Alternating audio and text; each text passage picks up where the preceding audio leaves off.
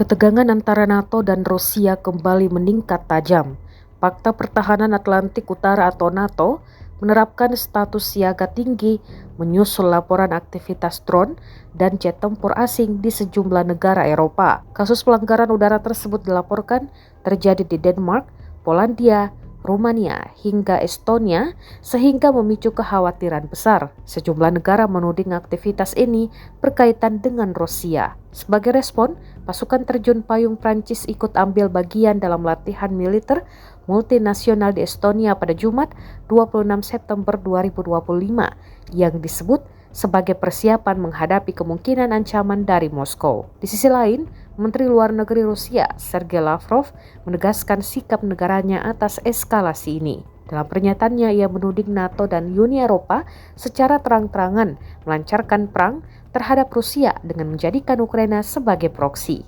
Situasi ini menambah ketegangan geopolitik di Eropa, memunculkan pertanyaan besar, apakah dunia sedang menuju konfrontasi langsung antara NATO dan Rusia?